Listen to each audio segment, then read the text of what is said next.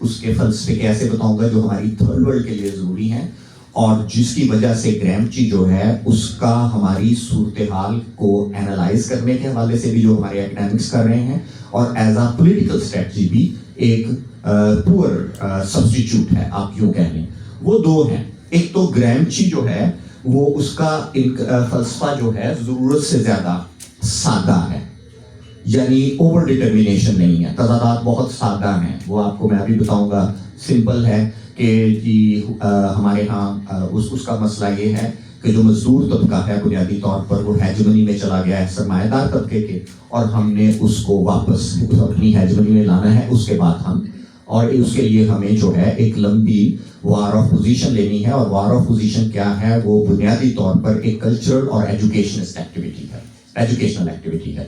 تو ایک تو یہ کہ سمپل ہے. ہمارے ہاں کے تضادات ابھی آئیں گے ہم, اور میں آپ کو بتاؤں گا کہ اوور ڈٹرمن ہے, اوور ڈٹرمینیشن ہے, کنٹراڈکشنز زیادہ پیچیدہ ہیں, طبقات زیادہ پیچیدہ ہیں. تو ماؤ جب ہم گرامچی کو لا کے اپلائی کرتے ہیں بالکل کام نہیں کرتا. اس کے بدلے آپ ماؤ کو اپلائی کرتے ہیں تو آپ کنٹراڈکشنز ان کی لیئرز جو ابھی اپنا کامریڈ عمر نے بھی آپ کو سمجھائی ہیں, اور بالخصوص میں کہوں گا کہ پلیجو صاحب نے خاص طور پر جس کمپلیکسٹی میں جا کے نیشنل کویسچن کو دیکھا ہے وہ واقعی ماؤزم کی یا ماؤسٹ کنٹراڈکشنز کی ریئل کریٹو ایپلیکیشن ہے. یہ اتنا کمپلیکس ہے وہ, میں اسی طرح. تو گرامچی اوور ڈٹرمینیشن نہیں ہے, بہت سادہ ہے. دوسرا میں سمجھتا ہوں گرامچی دوسری ہماری کمزوری جو ہے وہ یہ ہے کہ گرامچی جو ہے وہ سامراج کے سوال پر بڑا کمزور ہے, اور سامراج کا سوال سب سے زیادہ اہم ہے تھرڈ ورلڈ کے لیے. تو گرامچی جس ملک میں ہے اور گرامچی نے جو پیریڈ بھی گزارا اس میں anti colonial anti imperial struggle weak ہو جاتی ہے, کیونکہ وہ فاشزم کا دور ہو جاتا ہے 1940s. تو تمام جو سوشلسٹ تھے وہ امپیریلزم کے ساتھ بنیادی طور پر فاشزم کے خلاف لڑنا شروع. تو گرامچی کمزور ہے اینٹی امپیریل. اس کے برعکس ماؤ جو ہے وہ امپیریلزم کے کویسچن کے اوپر وہ اس دور میں ہے جب سامراج بھی مار رہا تھا, لوکل ایلیٹ بھی مار رہی تھی, اور لہٰذا وہیں سے وائلنٹ ریولوشن کی تھیوری میں آپ کو اس کی طرف بھی آؤں گا, اور گرامچی میں تو وہ بالکل نہیں ہے. تو یہ ساری چیزیں جو ہیں وہ گرامچی کے اندر موجود ہیں. لیکن مین چیزیں اب میں بڑے براڈ آپ کو جو پرابلمس ہیں گرامچی میں وہ بتاتا ہوں. نمبر ایک تو گرامچی کے جو کنسیپٹس ہیں وہ اوور اسٹریچ ہیں. وہ ہیجمنی کا کنسیپٹ رہتا ہے, کبھی ادھر اس کو اتنا لمبا کر دیتا ہے کہ ہیجمنی پتہ ہی نہیں چلتی, کہیں ہے کہیں نہیں ہے, یہاں ہے یہاں نہیں ہے. تو اسٹریچ بہت کرتا ہے. پیسو ریولوشن کا کنسیپٹ اس کا پھیل کر ایک جگہ سے پتہ نہیں کہاں تک چلا جاتا ہے. جو 17 جو آپ کہہ لیں کہ 19th سینچری کا لبرلزم ہے تو وہ اس وقت کا پیسو ریولوشن ہے, اور جو فاشزم ہے 20th سینچری کا پیسو ریولوشن ہے. اس طرح پیسو ریولوشن کو بھی اٹھا کے پتہ نہیں اس کی ہر چیز ہی پیسو ریولوشن بن جاتی ہے. تو جب ہمارے اکیڈمکس اسے اپلائی کرتے ہیں تو مشرف نے بھی پیسو ریولوشن کر دیا, یہ لیبر کوڈ بھی آ رہا ہے تو یہ پیسو ریولوشن ہو گئی ہے. تو ہر چیز جو ذرا سی بھی حکمران طبقہ ہمیں دینے کی کوشش کرتا ہے اس کی وجہ اوور اسٹریچ ہے کانسیپٹ, تو اس کو اوور اسٹریچ ہے. نمبر دو, وہ ایک کانسیپٹ کو بہت ساری ڈفرنٹ کانٹیکسٹ پر اپلائی کر دیتا ہے. یعنی اگر اس نے ہیجمنی دیکھنی ہے تو کہیں وہ فرینچ ریولوشن میں چلا جاتا ہے, پیچھے وہ گلوریس ریولوشن میں چلا جاتا ہے, کہیں وہ کہیں چلا جاتا ہے, کہیں وہ کہیں چلا جاتا ہے. تو ہسٹری میں وہ اپنے ایک کانسیپٹ کو پکڑ کے ڈفرنٹ کانٹیکسٹ میں چھلانگے مارتا چلا جاتا ہے. تو ایک تو یہ ہے کہ ڈفرنٹ کانٹیکسٹ میں ایک ہی کانسیپٹ کو خام خواہ بہت زیادہ اس نے اپلائی کیا ہے, اور ضرورت سے زیادہ اس نے جو توانائی لگائی ہے وہ برجوا حکومت کیسے کام کرتی ہے, اس کی ہیجمنی کیسے کام کرتی ہے اس پر اثر. مزدوروں نے کیا کرنا ہے, مزدوروں نے کس طریقے سے اسٹریٹجی بنانی ہے اس پر. یعنی دوسرے الفاظ میں اگر میں صحیح لفظوں میں کہوں کہ کاؤنٹر ہیجمنی کا کانسیپٹ اس میں نہیں ہے, ٹھیک ہے, لفظ بھی نہیں استعمال کیا, اگرچہ وہ لکھ کاؤنٹر ہیجمنی کے لیے ہے, لیکن وہ کیسے کرنی ہے وہ بہت ہی چند چیزوں کے علاوہ اس میں اسٹریٹجی سسٹمیٹک چیزیں موجود نہیں ہیں. دوسرا اس کے کنسیپٹ ٹوٹے ٹوٹے ہیں, ٹھیک ہے, لہٰذا کہیں وہ جیل میں لکھ رہا ہے, اس نے بنیادی طور پر مین اسٹرگل ہے, یعنی سوسائٹی کی جو کمپلیکسٹی ہے جو اسٹرگل کے اندر ملتی ہے, میں سمجھتا ہوں وہ بھی اسے نہیں ملی. تو لہٰذا وہ اپنی انسائٹ سے, اپنی ذہانت سے اور اپنی جو انڈرسٹینڈنگ سے چیزوں کو لکھتا چلا جا رہا ہے. تو یوں آپ کہہ لیں کہ اس کے ڈسکنٹینیو ہیں, اس کے کانسیپٹ ٹوٹے پھوٹے ہیں. تو اس وجہ سے اس کی اس طرح کی فریگمنٹڈ کانٹیکسٹ, ڈھیلے سے کانسیپٹ, سادہ سے کانسیپٹ جو ہیں, اور فریگمنٹ اسی لیے وہ میرے نزدیک اسی وجہ سے سوشل موومنٹزم والوں کو, ویسٹرن مارکسزم والوں کو ان کو بہت سوٹیبل لگتے ہیں, یعنی کیونکہ وہ بہت سادہ اور آسان طریقے سے ہوتا ہے. لیکن گرامچی یہ نہیں میں کہہ رہا کہ گرامچی یہ نہیں کرنا چاہتا تھا، لیکن گرامچی کے بعد گرامچی کو جس طرح ویسٹرن مارکسزم نے اور ویسٹرن ایکڈیمکس نے یوز کیا ہے اور کلچرل تھیورسٹ نے یوز کیا ہے، اس کی انقلاب کی تھیوری سے اس کو بہت دور کر دیا ہے. لہذا پاکستان میں بھی جب بندہ لکھتا ہے کہ ہیجمنی ہو رہی ہے تو وہ یہی کہتا ہے کہ جی مزدور تو مڈل کلاس اور برجوازی کی ہیجمنی میں جا چکے ہیں. وہ کہتا ہے مڈل کلاس کے ساتھ کاپٹ ہو گئے ہیں، وہ ہیجمنی جو ہے وہ ان کی قائم ہو گئی ہے، تو لہذا وغیرہ وغیرہ. تو اس وجہ سے آپ دیکھتے ہیں کہ جب وہ وہاں سے ویسٹرن اکیڈیمیا سے ہمارے یہاں اپلائی ہوتا ہے تو اور بھی زیادہ ڈیلیوٹ ہو جاتا ہے اور اپنے انقلابی ایسنس، یہ نہیں ہے کہ گرامچی میں نہیں ہے، ظاہر ہے وہ قربانی دے رہے تو وہاں سے دور ہو جاتے ہیں. تو اب میں آتا ہوں بنیادی طور پر، بہت سادہ کر کے میں سمجھانے کی کوشش کروں گا. اب میں آتا ہوں بنیادی طور پہ کہ گرامچی جو ہے ایکچوئل کرنے کی کیا کوشش کر رہا تھا یا اصل تھیم کیا ہے. جب ہم گرامچی اور ماؤ کو تو آسان طریقے سے اگر میں سمجھاؤں تو یہ کہ انقلابی شعور اور انقلابی جدوجہد کا کیا تعلق ہے. تو بنیادی طور پر وہ یہی کہہ رہا ہے کہ مزدور جو ہیں وہ بنیادی طور پر جو سرمایہ دار ہیں ان کے شعور کے نیچے چلے گئے ہیں، ان کو کنسنسس دے دیا، ان کی بات مان گئے ہیں اور ان کے فلسفے سے وہ ایگری کر گئے.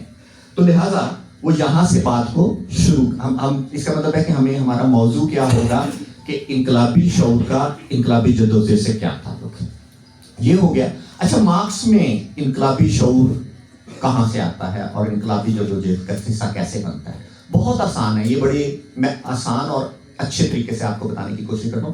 مارکس میں جو انقلابی شعور ہے، اگر آپ غور کریں، آپ نے سب نے مارکس پڑھا ہے، وہ آپ نے ہسٹوریکل میٹیریلزم میں پڑھا ہوگا کہ اب مزدور طبقہ پیدا ہو چکا ہے.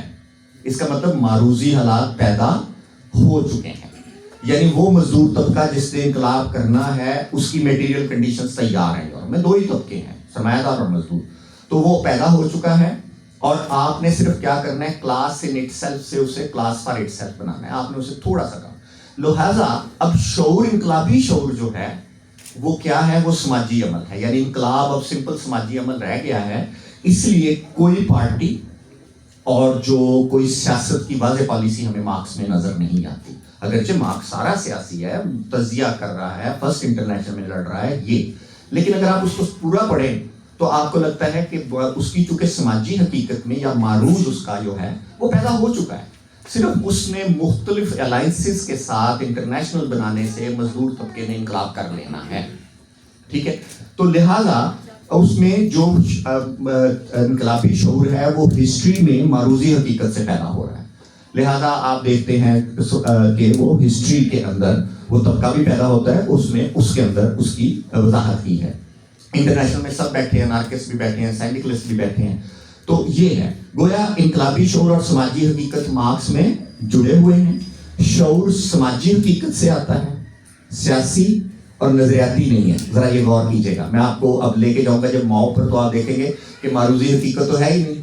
انقلابی شعور جو ہے وہ بنیادی طور پر جو ہے وہ آپ کو میٹیریل کنڈیشن سے علیحدہ پیدا کرنا پڑ رہا ہے. میں اس کی طرف آتا ہوں. تو شعور سماجی حقیقت سے آتا ہے. سماجی حقیقت آلریڈی پیدا ہو چکی ہے جو پرولتاریہ ہے، اور جمہوری عمل سے پرامن طریقے سے انقلاب ہمیں محسوس ہوتا ہے کہ مارکس میں ہے. اس کے بعد لینن کی طرف آتے ہیں. اب لینن کے آپ نے لینن بھی سب نے پڑھا ہوا ہے. لینن کے ملک میں کیا ہے، سماجی حقیقت یعنی مزدور طبقہ جس نے انقلاب کرنا ہے. سوشلزم مزدور طبقے کا فلسفہ ہے. ٹھیک ہے. تو سوشلزم کے لیے وہ پیدا ہو چکے ہیں لیکن کافی نہیں ہے. یہ ذرا غور کیجیے گا، مزدور پیدا ہو چکے ہیں لیکن کافی نہیں ہے. تو سیاسی، اس کا مطلب انقلاب کے لیے سیاسی عمل کی. آپ نے تھوڑے مزدور ہیں، آپ نے ان کی ایک مضبوط پارٹی بنانی ہے.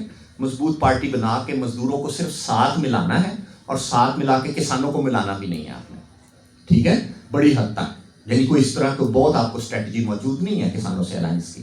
تو لہٰذا آپ نے بڑے آرام سے، تو اس کا مطلب ہوا کہ سیاسی عمل جو ہے اس کے لیے انقلاب، سیاسی عمل کی انقلاب کے لیے ضرورت ہے. اور یہ اس کا مطلب یہ ہوا کہ جو تاریخ میں انقلابی شعور اور سماجی حقیقت کا تعلق ہے کہ سماجی حقیقت پیدا ہوگی تو انقلابی شعور پیدا ہوگا، لینن اس سے تھوڑا سا آزاد کر لیتا ہے اپنے آپ کو. تو یہ بڑی انٹرسٹنگ ہے. گویا انقلابی شعور بھی اب لینن کے ہاں وہ سماجی نہیں سیاسی عمل بن جاتا ہے.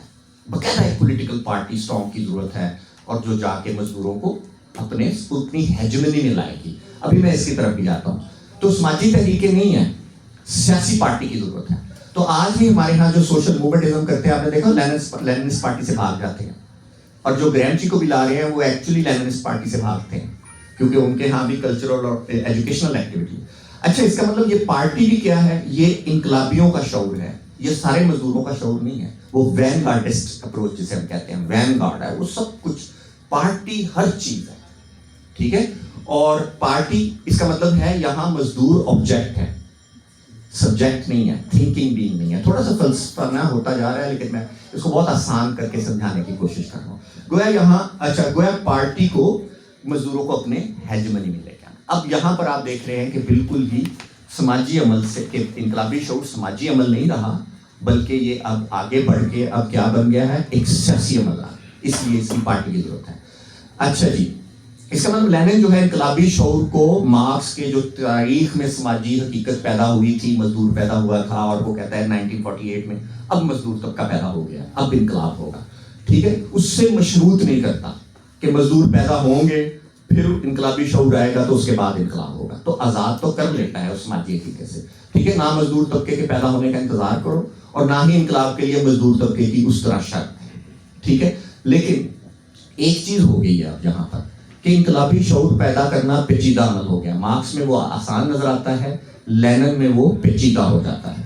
گرامچی میں دیکھتے ہیں, گرامچی تھوڑا سا ایڈوانس ہے چونکہ اس کا سماج ایڈوانس ہے, لینن سے ایڈوانس نہیں ہے, اس کا سماج ہے. وہاں تو مزدور طبقہ پیدا ہو چکا ہے, فیوڈلزم بھی موجود ہے, کسان بھی موجود ہے, ساؤتھ میں اور صورتحال ہے, ادھر اور صورتحال ہے.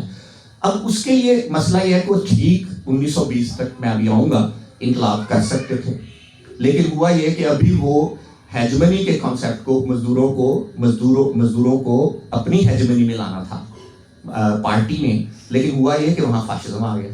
تو اب جب جس ریالٹی کو گرامچی فیس کر رہا ہے تو وہ تو یہ ریالٹی فیس کر رہا ہے کہ مزدور تو فاشزم کے ساتھ ہے, مسولینی کے ساتھ ہے, لہٰذا وہ کہتا ہے کہ اب ان کو واپس اپنی ہیجمنی میں لانا ہے, ٹھیک ہے. تو اب کیا کرنا ہے, اس کو مزدور طبقے کو اپنے شعور کے لیے آپ نے جیتنا ہے. یہ ہم بھی کرتے ہیں سارے, لیکن اب دیکھیے گا کہ اس کی کمپلیکسٹی گرامچی سے لینن سے ماؤ تک آتے آتے کیسے بدلتی ہے, اور ہمیں پتہ لگے گا کہ کون سی اسٹریٹجی کہاں پر درست ہے. تو ثقافتی اور تعلیمی سرگرمیوں سے کرنا ہے. اچھا, ماؤ کا صورتحال ہی ڈفرینٹ ہے. ماؤ کو 1927 کے بعد ماؤ کو آپ کو پتہ ہی ہوگا چینگ کائی شیک نے دیہاتوں میں پھینک دیا. اب آپ کنیکٹ کرنا شروع کر دیں گے سندھ کی صورتحال سے, ٹھیک ہے. ماؤ کو 1927 میں دیہاتوں میں دھکیل دیا گیا تھا, کوئی مزدور نہیں تھا ادھر, ٹھیک ہے, بہت ہی, اس کو تو بالکل ہی ڈفرینٹ سچویشن کا سامنا کرنا پڑا. اب اس سے کیا کرنا تھا, یہ اصل ہے, اس نے یہ کرنا تھا کہ کسانوں کے غصے کو بنیادی طور پر انقلابی شعور میں ڈالنا تھا. انقلابی شعور کے لیے وہ سماجی حقیقت بھی نہیں ہے, وہ اتنے مزدور بھی نہیں ہیں جن کی پارٹی بنا کے اور مزدوروں میں شعور کر کے ڈکٹیٹرشپ آف پرولیٹیریٹ وہ بنا دیتا جو تھا. اب وہ انقلابی شعور کہاں سے آ رہا ہے, اس کی میٹیریل کنڈیشن نہیں ہے. یہ بڑا انٹرسٹنگ ہے ماؤ کے اندر. تو ماؤ کیا ہے, اس کا پھر یہی ہے کہ انقلابی کیڈر تیار کرو اور کسانوں کو تیار کرو. اب کسانوں کو شعور کون سا آپ نے دینا ہے, آپ نے شعور سوشلزم کا دینا ہے, ایڈوانس دینا ہے. تو مجرد, اس کا مطلب ہے ماؤ کے ہاں آپ کو ایک مجرد انقلابی شعور اس کے اندر موجود ہے, لیکن اب وہ کیا کرے گا, وہ اس کو ٹھوس حالات کے ساتھ جوڑے گا. اب گرامچی کی نسبت دیکھیں ماؤ کتنا کمپلیکس ہوتا چلا جائے گا, کیونکہ گرامچی میں تو وہ مزدور طبقہ موجود ہے اور وہ ہیجمنی میں چلا گیا اور اس کو واپس لانا ہے. یہاں دیکھیں وہ موجود ہی نہیں ہے. تو آپ نے اس مجرد انقلابی شعور کو ٹھوس حالات کے ساتھ جوڑنا ہے. حل کیا ہے, اب دیکھیں یہاں پر کریٹیوٹی اور کمپلیکسٹی جو تھرڈ ورڈ کی ہے وہ آپ کو سمجھ آتی ہے. وہ یہ کہ حالات پر مسلسل نظر رکھتا ہے, کنکریٹ کنڈیشنز کا, اور ساتھ ساتھ مارکسزم کا جو مجرد ثابت, مارکسزم ایک ڈوگما ہی ہوگا نا, جس سوسائٹی میں ابھی مزدور پیدا ہی نہیں ہوئے, تو اس کے ڈوگمے سے بھی بچنا, اس کو مسلسل کنکریٹ کنڈیشنز کے ساتھ جوڑتے چلے جانا. اس کا مطلب ہے اب جو انقلابی شعور ہے وہ محض کوئی فارم نہیں ہے, ایبسٹریکٹ چیز نہیں رہی, ٹھیک ہے. ماؤ کے ہاں وہ ایبسٹریکٹ چیز نہیں, حالانکہ اس نے اپنے سوچا ہے, پارٹی ہے, نظریہ ہے, لیکن وہ اس نظریے کو کسانوں میں لے کے جا رہا ہے, کسانوں کے حالات کے ساتھ. تو وہ طبقاتی معاشرے سے پھر اس کا شعور جوڑتا ہے. گویا اب ماؤ میں جو میں کہنے کی کوشش کر رہا ہوں, جو گرامچی سے مختلف ہے اور جس سے وہ بھاگ نہیں سکتا. گرامچی بھاگ سکتا ہے, اس کے ہاں موجود ہے, اب تو صرف انقلابی شعور اس نے تو پیدا کرنا ہے کیونکہ معروضی حالات پیدا ہو گئے ہیں پولیٹیکل, لیکن اس کی ایک کمزوری ہے کہ وہ پارٹی کی اسٹریٹجی سے بھی بھاگ جاتا ہے. ٹھیک ہے, پارٹی اس طریقے سے اس میں موجود نہیں ہے لینن کی طرح بھی. ٹھیک ہے, اب آپ دیکھیں کہ ماؤ میں انقلابی شعور اور جو انقلابی سرگرمی ہے وہ ڈائلیکٹیکلی جڑے ہوئے ہیں, متحرک. اس کو میں مزید کھولتا ہوں. کیسے؟ آن پریکٹس. مضمون پڑھے, ٹھیک ہے, وہاں کیا ہے, آپ نے پڑھا ہوگا سب نے, اور یہ تو پڑھایا جاتا ہوگا ڈیفینیٹلی. عمل سے تھیوری بنتی ہے اور تھیوری گائیڈ کرتی ہے اس عمل کو. ٹھیک ہے نا, فرام دی میسز کیا کہتے ہیں, پریکٹس, نالج, پریکٹس. ٹھیک ہے نا. تو ماؤ کیا کرتا ہے, کنکریٹ کنڈیشن کا کنکریٹ انالیسس لے کے آتا ہے, پھر تھیوری سے اور انقلابی شعور جو اس کو تھوڑی جو اس کا ڈاگما ہے, یا آپ سے کہہ لیں کہ اس کے پاس جو تھیوری ہے مارکسزم کی جو ویسٹ سے آئی ہے, یا اس کے اندر لینن کے تجربات بھی ہیں, وہ ان کے ساتھ جوڑتا ہے, اس سے رہنمائی لیتا ہے اپنی پریکٹس کی, پھر اس سے ریفائن کر کے پھر دوبارہ جو تھیوری بنتی ہے اس کو پھر پریکٹس میں ڈالتا ہے. آپ آن پریکٹس پڑھیں تو یہی ہے. ٹھیک ہے نا, پریکٹس, نالج, پریکٹس, تو جسے تھیوری آف نالج کہا آپ نے. تو یہ تاریخی عمل بن جاتا ہے, کیونکہ انقلابی سرگرمی کے بغیر تھیوری کیا ہو جاتی ہے, وہ مذہب بن جاتا ہے, ڈاگما بن جاتا ہے. اگر آپ کے پاس محض تھیوری ہی ہے, لیکن اگر تھیوری کی جو ہے انقلابی تھیوری انقلابی سرگرمی کے بغیر ہو, انقلابی تھیوری کے بغیر اگر آپ سرگرمی کریں گے, وہ بے سمت ہو جاتی ہے. اچھا, اب یہاں پر میں ایک دلچسپ پوائنٹ آپ کو بتاؤں گا. اب آپ دو الزامات ماؤ پر لگتے ہیں, بڑے انٹرسٹنگ ہیں. ایک تو میں نے بتایا آپ کو کہ مجرد انقلابی شعور ہے, کہ اس کے ذہن میں وہ ہے, اس نے کیونکہ کنکریٹ کنڈیشنز نہیں ہیں اور اس نے انقلابی شعور پیدا کرنا ہے, تو لہٰذا سبجیکٹو ول, بھائی اس معاشرے میں جس میں حالات ہی نہیں ہیں وہاں پر انقلاب کرنا ہے, تو وہاں پر آپ کو کتنی سبجیکٹو ول چاہیے ہوگی, یعنی اندرونی طور پر آپ کو ایک جسے کہتے ہیں کمٹمنٹ کتنی چاہیے ہوگی. تو اس کا مطلب ہے اپنے معروضی حالات سے آگے جا کے جو ہے ماؤ دیکھتا ہے, تو اس پر سبجیکٹو ول میٹیریل کنڈیشن سے اوپر اٹھتی نظر آتی ہے, میٹیریل کنڈیشن. دوسری طرف اس کے اوپر بہت دوسرا الزام لگتا ہے ماؤ پر کہ وہ امپیریسسٹ بہت ہے. آپ نے دیکھا ہوگا جب آپ پڑھتے ہیں تو ماؤ جو ہے وہ کنکریٹ کنڈیشنز کا بہت کنکریٹ انالیسس کرتا ہے, یہاں پر کتنے کسان ہیں, یہ ہے. اچھا, اب دیکھیں دو میں نے مختلف باتیں کہہ دی ہیں ماؤ میں. ایک طرف بہت امپیریسسٹ ہے, بہت ہی زیادہ ڈیٹیل سے, آپ نے دیکھا ہوگا سوشل انویسٹیگیشن کرتے ہیں, بلکہ کامریڈ نے بتایا جو پیرو کی پارٹی میں شروع میں وہ 10 تھیسز 100 کے قریب تھیسز کروا دیتے ہیں. وہ کیا تھا, سیکا, social investigation and class analysis. جاؤ جا کے دیکھو بھیل کمیونٹی کے کیا حالات ہیں, ایک تھیسز ہو رہا ہے, دوسرے جاؤ تم یہ دیکھ کے آؤ, وہ دیکھ کے آ رہا ہے. تو اس کا مطلب بہت زیادہ ڈیٹیل سے کنکریٹ کنڈیشنز کا کنکریٹ انالیسس. دوسری طرف سبجیکٹو ول ہے, وہ حالات پیدا نہیں ہوئے اور انقلاب بھی کرنا ہے, اور وہ سوشلسٹ انقلاب کرنا ہے. تو ان کو ریکنسائل کیسے کرتے ہیں, اس کے لیے پھر اگلا مضمون آپ دیکھیں, کلاسز ان چائنیز سوسائٹی, طبقے کی سیاسی تعریف جو آپ نے بتائی تھی. اب آپ دیکھیں کہ وہ طبقے کو, یہاں بہت انٹرسٹنگ ہوگا, اور میں کلیجو صاحب کی ایگزامپل یہاں پر آپ کو دوں گا تھوڑی دیر میں. تو وہ کیا کر رہا ہے کہ اب طبقے کی تعریف کیا ہوتی تھی, مزدور کون ہے جو فیکٹری میں کام کرتا ہے اور سرپلس ویلیو, ٹیننٹ کون ہے جو کہ اس کے لیے کام کرتا ہے اور رینٹ دیتا ہے, یہی ہے. لیکن یہاں پر نہیں ہے. طبقے کی تعریف ماؤ کے لیے, طبقے کی تعریف کیا ہے کہ اس کا یہ نہیں ہے کہ relationship means of production کے ساتھ کیا ہے, اس کا کیا ہے, یہ طاقت میں درجہ بندی کے ساتھ جڑا ہوا ہے, ہائرارکی کے ساتھ جڑا ہوا ہے. ٹھیک ہے. اب یہاں پر ماؤ کیا کر رہا ہے کہ وہ یہ دیکھ رہا ہے کہ کس طبقے کا استحصال سے تعلق کیا ہے. یعنی میں اس کی مثال دیتا ہوں, کسان بھی پس رہے ہیں, کھیت مزدور بھی پس رہے ہیں, ٹھیک ہے, بانڈر لیبر بھی پس رہی ہے, لیکن ہر ایک کا مینز آف پروڈکشن کے ساتھ علیحدہ تعلق ہے, لیکن ان کی ایکسپلائٹیشن کا تعلق ایک جیسا ہے, لہٰذا وہ ایکسپلائٹیشن کے تعلق کے ساتھ دیکھتا ہے. دوسرا, ہائرارکی آف پاور میں طبقہ کیسے, اگر آپ اس کا کلاسز ان چائنیز سوسائٹی پڑھیں تو آپ کو نظر آتا ہے کہ وہ مختلف طبقے کے ساتھ ہی بتاتا ہے, یہ اس کے ساتھ جڑا ہوا ہے, یہ کرے گا, اس کا انقلاب کی طرف رویہ یہ ہوگا, اس کا انقلاب کی طرف رویہ یہ ہوگا. تو دوسرے الفاظ میں ماؤ یہ کیوں کر رہا ہے, سوال ہے. اب اس کی وجہ یہی ہے کہ وہ طبقے ابھی پیدا نہیں ہوئے جنہوں نے انقلاب کرنا ہے, لیکن اس کے باوجود ماؤ جو ہے وہ ریولوشنری پوٹینشیل کو تلاش کر رہا ہے. ماؤ کیا کر رہا ہے, ریولوشنری پوٹینشیل کو. تو اب یہ وہ کیوں کر رہا ہے, کیونکہ وہ تلاش کرنا چاہتا ہے. دیکھیں کس کا کس کے ساتھ تضاد ہے, کس کا کس کے ساتھ تضاد ہے. ٹھیک ہے. اب وہ یہاں سے, اور اس کا کیسے ایکسپلائٹیشن ہو رہی ہے, اس کی کیسے ایکسپلائٹیشن ہو رہی ہے, وہ یہ دیکھنے کے بعد کیوں کر رہا ہے, تاکہ انقلاب کے دوست طبقات اور انقلاب کے دشمن طبقات کو. تو اگر آپ پلیجو صاحب کا آرٹیکل جو ہے 1974 والا, ٹھیک ہے, اس کو ڈیٹیل سے پڑھیں, ٹھیک ہے, تو وہاں پر وہ تضادات کو اتنے زیادہ کمپلیکس طریقے سے بتاتے ہیں تو آپ حیران ہو جاتے ہیں. مطلب ریئلی یہ جو ماؤزم ہے وہ بنیادی طور پر یہ کیا بن جاتی ہے کہ یہ کانفلکٹ کی تھیوری بن جاتی ہے. یہ کلاس انالیسز نہیں رہتا, یہ تھیوری یعنی کانفلکٹ بیسس آف انالیسز بن جاتا ہے, کلاس بیس آف انالیسز نہیں رہتا, کیونکہ وہ اس طریقے سے آپ دیکھ ہی نہیں رہے. تو یوں اب سوال ہے کہ اب آپ نے دیکھ لی سندھ کے سماج میں یہ سوسائٹیز ہے, یہ سوسائٹیز ہیں, کلاسز ان چائنیز سوسائٹی, اب اتنے طبقے ہیں, ان طبقوں کے تضاد بھی آپ ان کے آپ کو نظر آ رہے ہیں, کس کا کس کے ساتھ تضاد ہے, کس کا کس کی, اتنی کلاسز ہیں. اب وہ گائیڈ کون کرے گا؟ یہ تو امپیریسسٹ ہے کہ آپ نے سمپل لکھ دیا یا کسان ہیں, مڈل کسان ہیں, اتنے یہ ہیں, اتنے وہ ہیں, مزدور اتنے ہیں, کھیت مزدور اتنے ہیں. آپ نے سوشل انویسٹیگیشن کر لی. اس کے لیے پھر اب ان کے ہر ایک کی اپنی اپنی لڑائی ہے, آپس میں بھی لڑ رہے ہیں.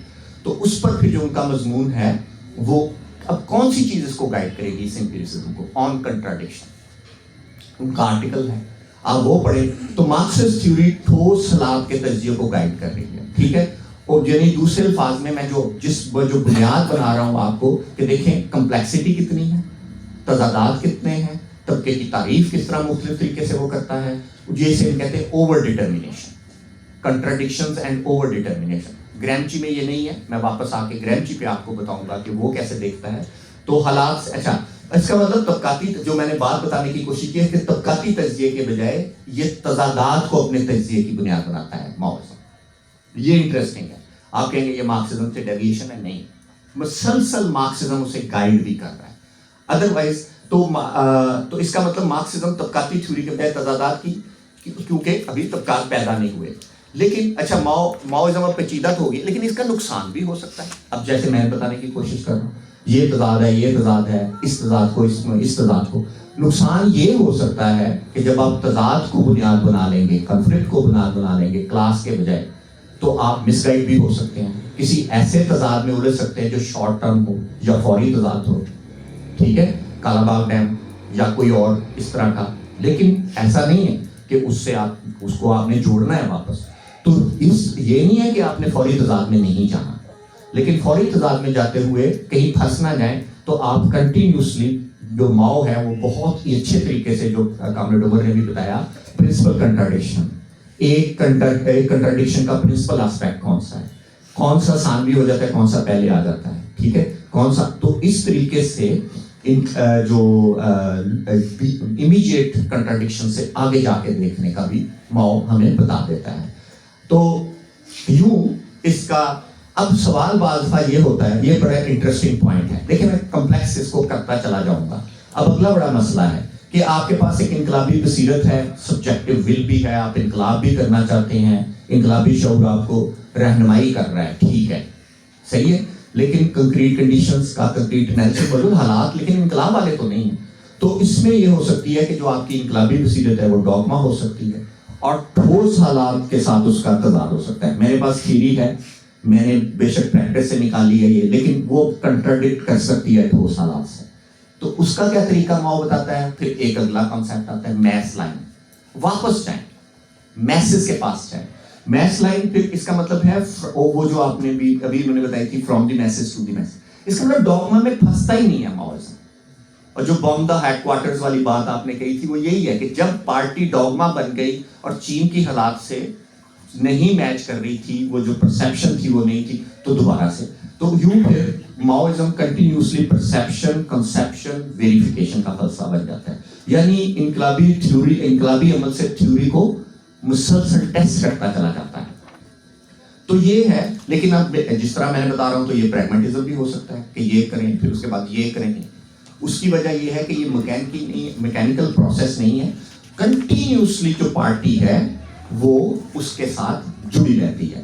اب میں آتا ہوں تھوڑا سا, یہ ہے میں نے بتانے کی کوشش کی ہے کہ ماؤزم جو ہے وہ کتنا کمپلیکس ہے, ٹھیک ہے, اوور ڈٹرمینیشن ہے اس میں کنٹراڈکشنز کی. اب میں آپ کو بتاتا ہوں کہ گرامچی کتنا سمپل یا اوور سمپلیفائڈ ہے کہ کس طریقے سے. سوال اس کا پہلا کانسیپٹ اٹھاتے ہیں ہیجمنی کا کانسیپٹ. اب آپ کا کیا خیال ہے کہ ہیجمنی کا, میں اب تھوڑا سا اس کو بتانے کی کوشش کرتا ہوں, اوریجنلی یہ کانسیپٹ کیا ہے, ہیجمنی ہے کیا؟ اب اوریجنلی یہ کانسیپٹ سوویت یونین میں کب آیا, اس کی ہم تھوڑی سی ہسٹری دیکھنے کی کوشش کرتے ہیں. تو کانسیپٹ یہی ہے. اوریجنلی گرامچی میں یہ کانسیپٹ کیا ہے کہ وہ سرمایہ داروں کی ہیجمنی میں چلے گئے, ہم نے ون کرنا ہے. اوریجنلی کانسیپٹ کیا تھا جب گرامچی بھی نہیں تھا؟ لینن کی پارٹی, بلشوک پارٹی میں بحث کیا ہو رہی تھی؟ وہ سمپل تھا کہ ورکنگ کلاس نے دوسرے طبقوں کو اپنے ساتھ ملانا. اب ذرا سمجھیے گا, بلشوک انقلاب کے وقت دوسرے طبقوں کو ورکنگ کلاس نے اپنے ساتھ ملانا ہے, انقلاب کرنا ہے بلشوک پارٹی میں. اچھا, پلیخانوف کہتا تھا, نے سب سے پہلے اس کو اٹھاتا ہے کہ دوسرے طبقوں کو مزدور طبقہ اپنی طرف ملائے. پلیخانوف لیکن کس ہیجمنی میں لانا چاہتا ہے, کس کی ہیجمنی میں لانا چاہتا ہے پلیخانوف؟ برجوا ڈیموکریٹک ریولوشن کرنا چاہتا تھا, لینن بھی کرنا چاہتا تھا, پلیخانوف بھی. پر وہ تو 6 مہینے پہلے تک کرنسکی تک وہ برجوا ڈیموکریٹک ریولوشن تھی, بعد میں وہ پرولتاریا ریولوشن میں تبدیل ہوئی پلیخانوف. اچھا, لیکن اب ایکزلروڈ ایک اور وہاں پر بیٹھا ہوا ہے دانشور, وہ کہتا ہے کہ نہیں ٹھیک ہے آپ برجوا ڈیموکریٹک ریولوشن کے لیے کام کریں, لیکن پرولتاریا کے علیحدہ سے رول پر بھی بات کریں. لینن جو ہے وہ بہرحال کہتا ہے کہ دوسرے طبقوں کو آپ نے مزدوروں کی ہیجمنی میں لے کے آنا ہے تاکہ آپ مل کر انقلاب کر سکیں. لیکن لینن پرولتاریا کے انقلاب, پرولتاریا کے حوالے سے کلیئر ہے, لیکن ابھی تک وہاں پر یہ بحث چل رہی ہے کہ دوسرے طبقوں سے کیا مراد ہے, دوسرے طبقوں کو آپ نے کیسے لانا ہے. ایک اور رائٹر ہے اس وقت بولشوک پارٹی کا, پوتریسوف. اب پوتریسوف کیا کہتا ہے کہ لینن سب طبقوں کو شامل کر رہا ہے اپنی ہیجمنی میں, نہیں ان کو ساتھ نہیں ملانا, ان کے ساتھ اصل کام صرف ان سے اتحاد کرنا ہے. یعنی پیور آپ دیکھ رہے ہیں کہ مزدوروں کا فلسفہ, مزدوروں کی ہیجمنی جو ہے اس کی بات ہو رہی ہے, دوسرے طبقوں نے ان کی ہیجمنی میں آنا ہے. ٹھیک ہے, مینشوک جو تھے وہ تو بڑا کلیئر تھے کہ وہ برجوا ڈیموکریٹک قیادت کے قائل تھے. اچھا, سب طبقوں کی پارٹی بنانا چاہتے تھے. لینن کلاس پارٹی بنانا چاہتا تھا. تو بہرحال اب جہاں پر اس کانسیپٹ کا ایک اور ورژن آتا ہے جب ڈکٹیٹرشپ آف پرولٹیریٹ قائم ہو جاتی ہے, تو اس وقت جو ہیجمنی کا کانسیپٹ تھا کہ دوسرے طبقوں کو ساتھ ملانا ہے, تو وہاں پر وہ جو ٹروٹسکی ہے وہ کہتا ہے کہ نہیں, کسانوں کی ضرورت نہیں ہے. دوسرے الفاظ میں ہیجمنی اور ڈکٹیٹرشپ آف پرولٹیریٹ میں فرق کرتا ہے ٹروٹسکی. تو یہ بڑا انٹرسٹنگ ہے کہ یہ کانسیپٹ جو ہے بولشوک پارٹی کے اندر اوریجنلی جو ساری بات کرنے سے میری مراد ہے کہ بنیادی طور پر ہیجمنی کا کانسیپٹ بنیادی طور پر کہاں سے آتا ہے, لینن اور لینن کی پارٹی سے آتا ہے. اور یہ بحث چلتی ہے جو میں نے آپ کو بتائی ہے, لیکن یہ بحث میں بڑی سادہ ہے کہ مزدوروں نے دوسرے طبقوں کو اپنی ہیجمنی میں لانا ہے. It is not related to کہ سرمایہ داروں کی ہیجمنی میں جانا ہے یا لانا ہے, یہ سوال نہیں. ٹھیک ہے, اب یہ بحثیں آگے جا کے کمیونسٹ انٹرنیشنل میں آ جاتی ہیں 1920 کے بعد. آپ کو پتہ ہے ترقی پذیر جو تھرڈ ورلڈ تھی یا جو ہمارے جو کالونائز کنٹریز تھے ان میں انقلاب کی بات ہوتی ہے, وہاں کسان ہوتے ہیں, بہت سے طبقے ہوتے ہیں. لہذا سیکنڈ انٹرنیشنل میں یہ بحث آتی ہے کہ کسانوں کے ابھار کو استعمال کرنا چاہیے سوشلزم کے لیے کہ یا استعمال نہیں کرنا. یہ اتنا سادہ سوال نہیں تھا, ٹھیک ہے نا. تو اب یہ ہوتا ہے کہ گرامچی بیسیکلی جو ہے آپ نے پڑھا ہوگا کہ ہمیں جو لائن دیتی ہے 1920s میں کمیونسٹ انٹرنیشنل, وہ کہتی جا کے اپنے اپنے ملکوں میں اپنے سرمایہ دار طبقے کے پیچھے انقلاب کریں. یہ نہیں کہتے کہ آپ علیحدہ انقلاب کریں. تو یہ ایک لمبی کہانی ہے, نہرو کے پیچھے لگنا ہے, کس کے پیچھے لگنا ہے, تو وہ ہے. لیکن گرامچی یہ ڈیبیٹ کب سیکھ رہا ہے, وہ اس انٹرنیشنل سے سیکھ رہا ہے. تو غالب امکان ہے کہ گرامچی نے یہ بحثیں اوریجنلی نہیں بولشوک پارٹی سے پڑھی بلکہ سیکنڈ انٹرنیشنل کی بحثوں سے وہ لیتا ہے. گرامچی کا سوال بھی شروع میں 1920s میں گرامچی کے اندر بھی یہ سوال ہے کہ مزدور برجوازی کے کارپوریٹ شعور میں جا رہے ہیں, لہٰذا ان کو میں نے واپس ون کرنا ہے. لیکن ہوا یہ کہ فاشزم آ جاتا ہے اور گرامچی میں پھر وہ یہ ہو جاتا ہے کہ فاشزم آ چکا ہے, وہ بڑا پاپولر ہے, اس کا کنٹرول ہے, تو لہٰذا یہ اس کی ہیجمنی میں جا چکے ہیں. تو لہٰذا گرامچی کے اندر ہیجمنی کا کانسیپٹ بالکل الٹ جاتا ہے, یعنی وہ برجوازی کی ہیجمنی سے واپس لانا ہے. یہ نہیں ہے کہ مزدوروں کے شعور میں دوسرے طبقوں کو لے کے آنا. So it's a very different thing. تو یہ گرامچی کا سوال بالکل اچھا. لینن کے ہاں بھی اگر آپ دیکھیں کہ برجوازی کے شعور کے لیے ون کرنے کی بات میں نے پلیخانوف میں کہی تھی. کیونکہ وہاں پر جو پریویلنگ شعور تھا وہ کون سا تھا؟ وہ زار کا شعور تھا، فیوڈلزم کا شعور تھا وہ، کیونکہ ابھی تو برجوازی تو ہماری سپورٹ کی حقدار تھی وہاں پر، ٹھیک ہے نا، کیونکہ وہ زار شاہی تھی.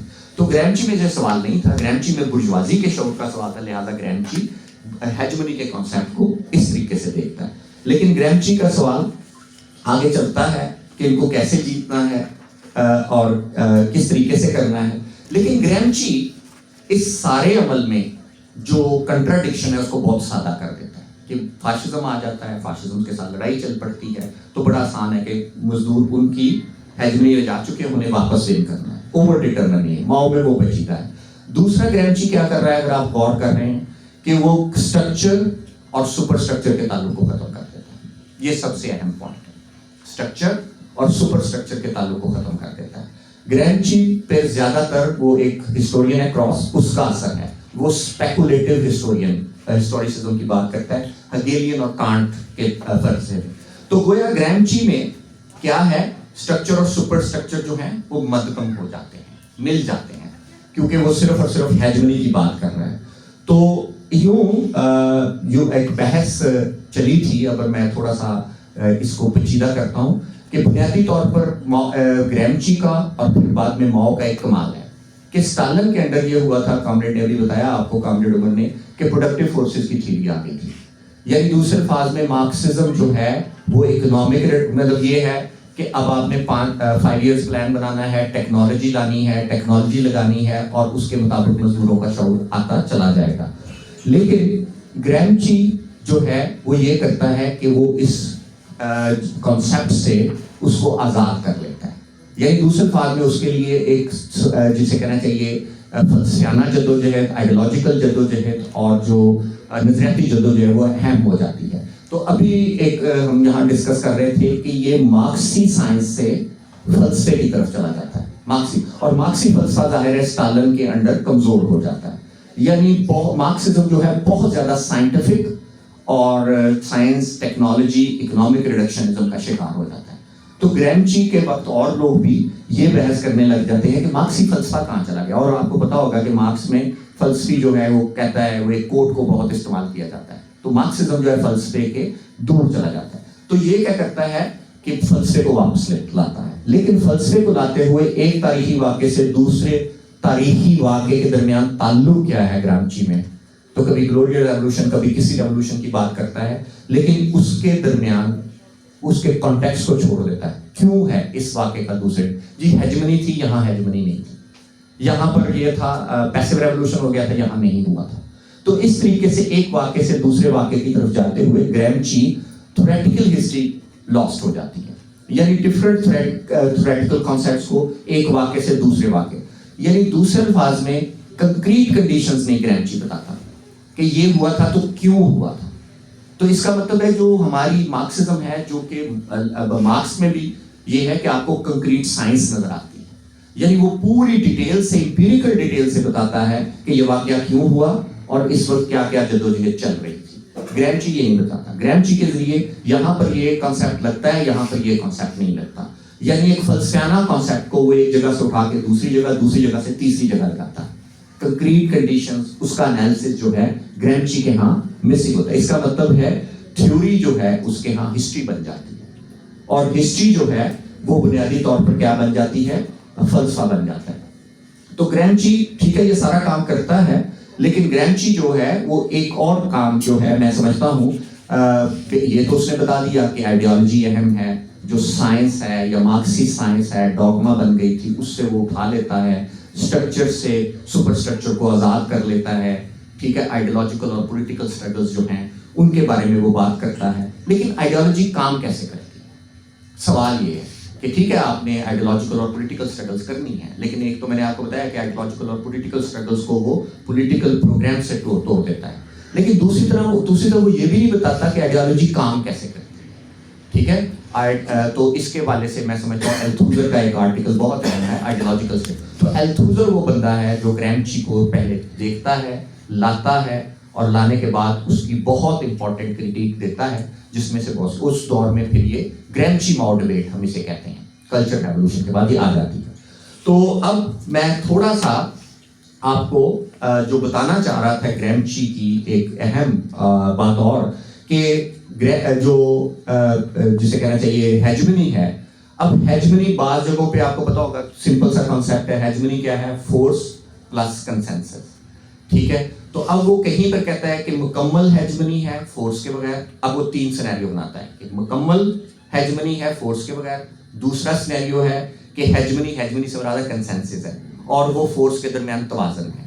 اگر فورس اور اس کے درمیان توازن ہے تو فورس استعمال نہیں ہوگی, لیکن برجوازی نے آپ کو اتنا اپنے پروگرامز میں, اپنی ہیجمنی میں, اپنی آئیڈیالوجی میں اتنا آپ کو قائل کر لیا ہے کہ فورس کی اس کو ضرورت ہی نہیں, آپ خود بخود سسٹم کام کر رہا ہے. تیسرا سینیریو کیا ہے؟ جو وہ مزدوروں نے اپنی ہیجمنی کے اندر. اب سوال صرف وہی آ جاتا ہے کہ پھر یہ ہیجمنی ہے کیا؟ اگر یہ پولیٹیکل اور اکنامک اسٹرگل کے بغیر, اگر یہ سمپل ایک کانسیپٹ ہے, اس جگہ اپلائی کر دیا, اس جگہ اپلائی کر دیا, اس جگہ اپلائی کر دیا, تو اس کا مطلب یہ سمپل ایک ڈائریکشن ہے. ایک ڈائریکشن ہے جو ڈکٹیٹرشپ, کوشن یا ڈومیننس کے بغیر ایک رضامندانہ عمل سے آپ نے بھی حاصل کرنی ہے. آپ نے ایک لانگ پروٹریکٹڈ جو ہے وار آف پوزیشن لینی ہے. ایک ڈائریکشن ہے, یہ کوئی کنکریٹ چیز نہیں ہے. یہ کیا ہوتی ہے, اس کی شکل کیا ہوگی, یہ شعور آئے گا کہاں سے, اس شعور کی کنکریٹ کنڈیشن کے ساتھ تعلق ہوگا. گریمچی میں یہ سب کچھ مسنگ ہے. اسے حاصل کیسے کرنا ہے؟ تو اس کے لیے پھر اسی وجہ سے جو ہیجمنی آپ نے حاصل کرنی ہے اور انقلاب کو آپ نے وار آف ملوور سے بہت پہلے آپ نے ایک لمبی وار آف پوزیشن کرنی ہے, تو آپ نے حاصل کیسے کرنی ہے؟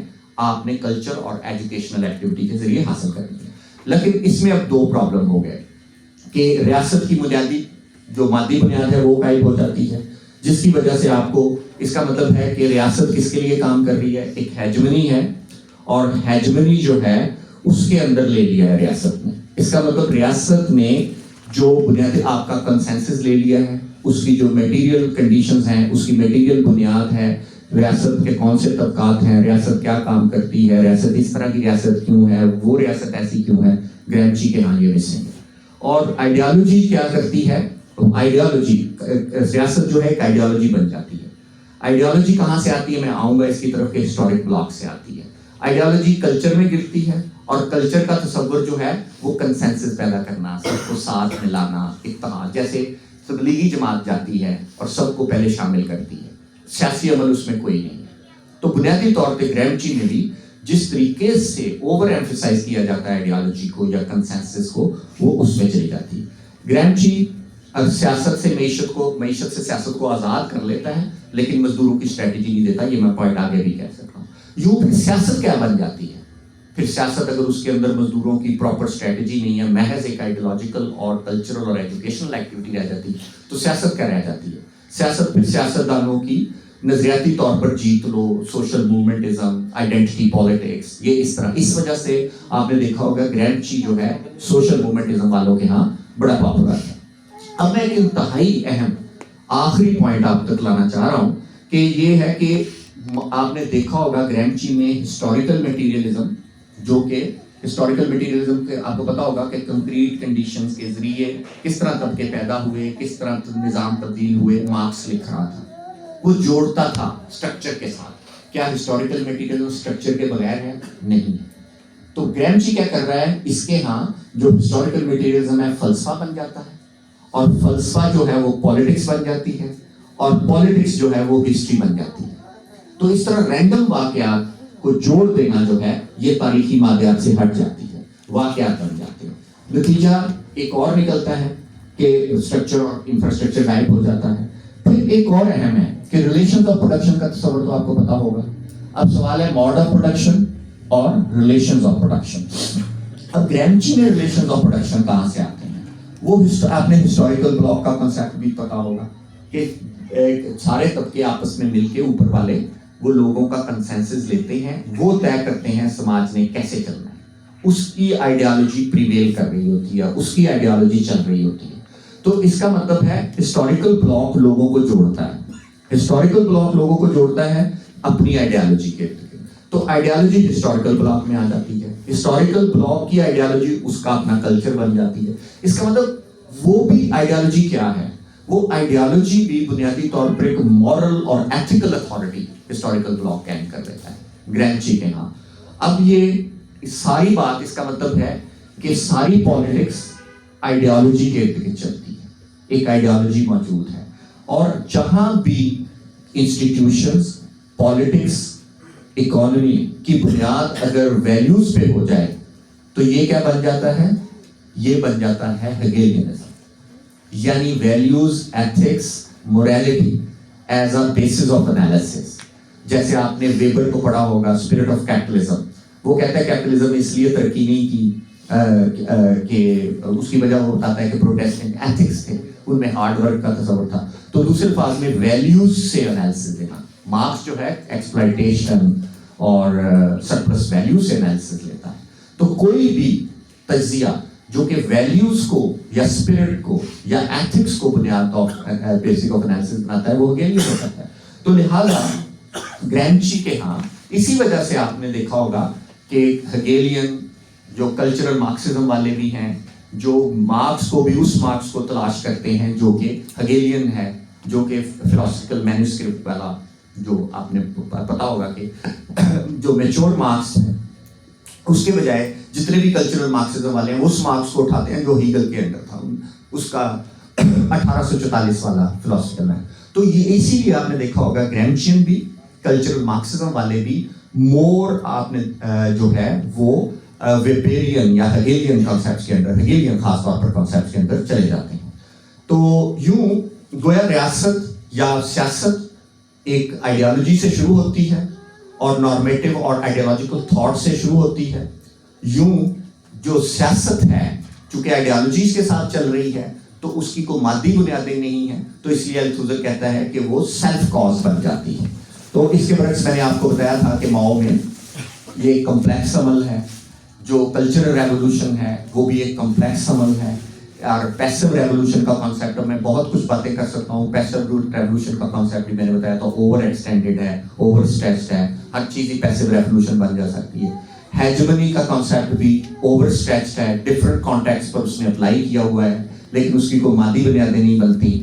تو اب میں جو اصل بات آپ کو بتانا چاہ رہا تھا کہ بنیادی طور پر اگر پاکستان میں بھی یا باقی بھی ہاں جو ہمارے اکیڈیمکس اس پر ڈیوائیڈڈ ہیں, کہ اگر آپ نے بنیادی طور پر انالیسس کرنا ہے اسٹرکچر کے بغیر, مادی جو سچویشن ہے اس کے بغیر اسٹرکچر کرنا ہے, تو گرامشی سے آپ شروع ہوں گے, ای پی تھامسن پہ جائیں گے, اور سب آرٹن اسٹڈیز کے جو اگلا دور ہے ایڈورڈ سعید اور اسپیویک, اور وہاں سے ویسٹ میں اگر آپ جائیں تو کلچرل مارکسزم کی طرف آپ چلے جائیں گے, جس میں اسٹرکچر اور مادی جو وجوہات ہیں سیاست کی وہ غائب ہو جاتی ہیں. لیکن اگر آپ نے سیاست کو معاشی اسٹرگل کے ساتھ جوڑنا ہے, سیاست کو اپنے سیاسی ورکنگ کلاس کی سیاست کے ساتھ جوڑنا ہے, تو پھر آپ کے پاس ماؤ ہے, آپ کے پاس فینون ہے, آپ کے پاس کبرال ہے, اور سب آرٹن اسٹڈیز کا بھی آپ کو جو post colonial theory initially develop ہوتی ہے وہ آپ کے پاس ہے. تو بنیادی طور پر ایک ہو گیا میرا پوائنٹ کہ گرامشی جو ہے وہ سمپل ہے, سمپلسٹک ہے, اوور اسٹریچڈ ہے مختلف کانٹیکسٹ میں. اس کے برعکس ماؤ کا میں نے بتایا تھا کتنی کمپلیکسٹی کے ساتھ اوور ڈیٹرمنڈ اور کنٹراڈکشنز کے تھرو سماج کا مطالعہ کرتا ہے. تو اس وجہ سے گرامشی ہمارے ہاں سماج میں جو لوگ لے کے آ رہے ہیں وہ سیاست کو بہت ہی اوور سمپلیفائی کر دیتے ہیں, اس کی کنٹراڈکشن سے نکلتے ہیں اور بس کہہ دیتے ہیں کہ ہیجمنی میں جا چکے ہیں, مڈل کلاس کی ہیجمنی میں جا چکے ہیں, یہ ہو چکا ہے, ہیجمنی ہماری رولنگ ایلیٹ قائم کر چکی ہے, اب کچھ نہیں ہو سکتا, اب ہم بس سوشل موومنٹزم کریں گے, آئیڈینٹی پالیٹکس کریں گے, ایک لڑاکا پارٹی نہیں بنائیں گے وغیرہ وغیرہ.